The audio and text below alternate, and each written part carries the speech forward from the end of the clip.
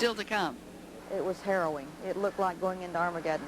Fires raced toward a group of trail riders in the mountains of Southern California. How 47 horses and those with them made it to safety. Next on America's Horse. Welcome back to America's Horse. Each fall, the folks at Far West Farms head out for a week of riding, fellowship, and family fun in the hills of Southern California. Jennifer, it's always great, but this year was unlike any other. High winds, a camper's flair, and Mother Nature all teamed up to make this year's ride one for the ages.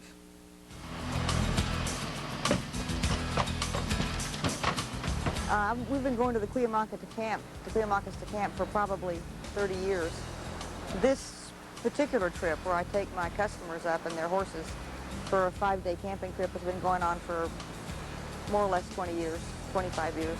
East of San Diego in the Laguna Mountains, AQHA professional horsewoman Sandy Arledge and her friends ride away from it all. Months of planning and preparation end up here under the beauty of Ponderosa Pines. We take typically 2 rides a day. One long ride in the morning, 3 to 5 hours. Well, I say long, it's not that long, but 3 to 5 hours.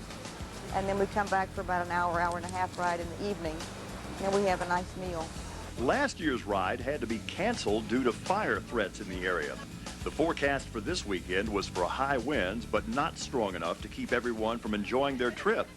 Santa Ana winds, which can reach hurricane-type forces, were something Sandy had dealt with in the past without incident. We had a great 3 days, and Saturday night when we were doing our evening meal, the wind still hadn't come up, so I thought, well, we're going to dodge the bullet. This is going to be great. Conditions, however, were about to change dramatically. Apparently a fire had already started Saturday night that we didn't know about. We went to bed not knowing. And about 12:30, I guess, the wind was blowing so hard that it woke us all up. It was blowing tents down. It was fierce. Blowing limbs out of trees. It was a pretty scary night.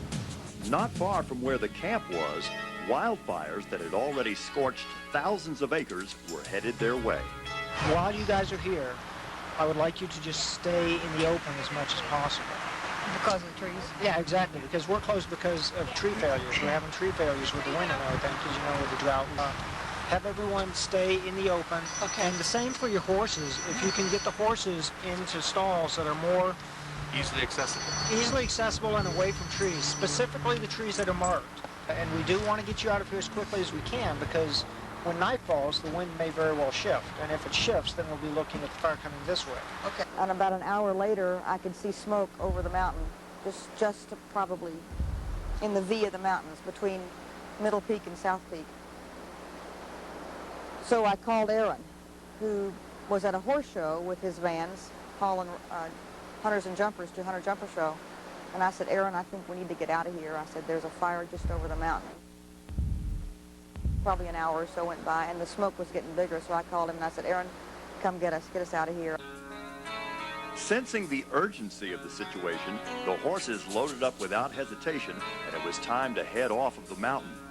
The ride out, however, wasn't as easy as expected.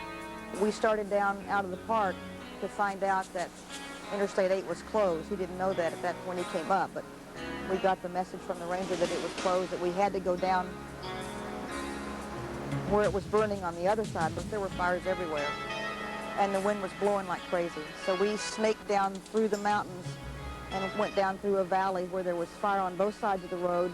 We were driving into what looked like a wall of black smoke. It was harrowing. It looked like going into Armageddon. But we made it.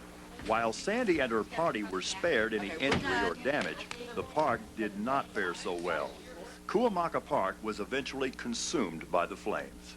In my lifetime, the park will never be the same. And I'm thankful that we got to go this year, since we had to miss it last year.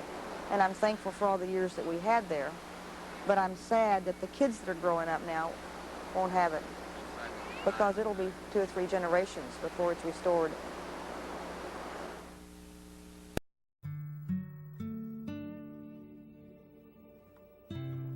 Welcome to Cuyamaca Rancho State Park. As you can see, the park and surrounding communities have just been through one of the most destructive fires in San Diego County's history. As a result of this fire, many of our facilities have been badly damaged or totally destroyed. The forest trails and fire roads are no longer safe for you to explore. So for your safety, we have been forced to close all of Cuyamaca Rancho State Park. Until further notice, the entire park is closed. This includes the campgrounds, day use areas, and all of the pullouts along Highway 79 and in Descanso. Please understand that it will take time to heal the park and repair the facilities, but we are working hard to reopen the park as soon as we are able. When we have further information, we will post it here on AM 1610 on the radio. And we wish to thank you for your support and understanding. We hope that you will be able to return and visit our park soon.